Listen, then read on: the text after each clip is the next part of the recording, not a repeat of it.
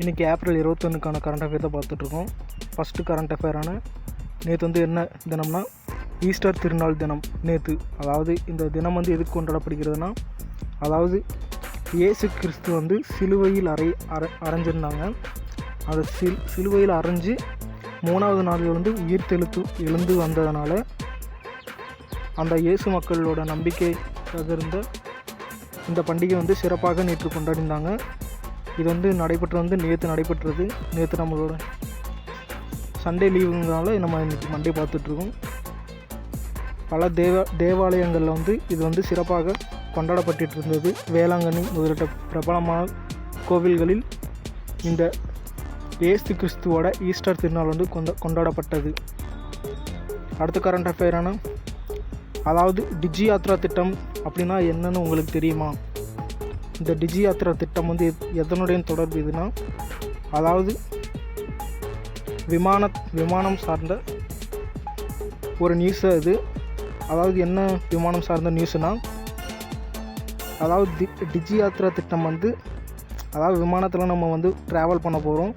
அந்த ட்ராவலில் வந்து எந்த ஒரு காகித டாக்குமெண்ட், அதாவது காகித ஆவணம் எதுவுமின்றி நம்ம வந்து முக அடையாள அட்டைகளை வந்து கருவிகளில் காட்டி பயணிக்கும், அதாவது சென்சார் என்று அழைக்கப்படக்கூடிய அந்த QR ஸ்கேனர் மிஷின் வழியாக நம்ம அட்டைகளை காண்பிக்கும் மூலியமாக அது வந்து இன்ஃபர்மேஷனோட தரவரிசையில் வந்து சரி பார்ப்பதனால நம்ம இன்ஃபர்மேஷன் வந்து கேதர் செய்யப்பட்டு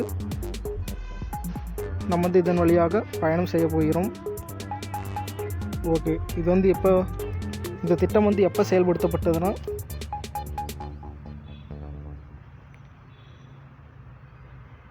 ஆல்ரெடி செயலில் இருந்தது தான்.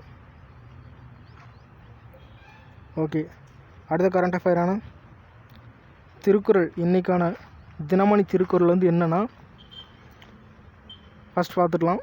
அதாவது பொறியின்மை யார்க்கும் பழி அன்று, ஆழ்வினை இன்மை பழி.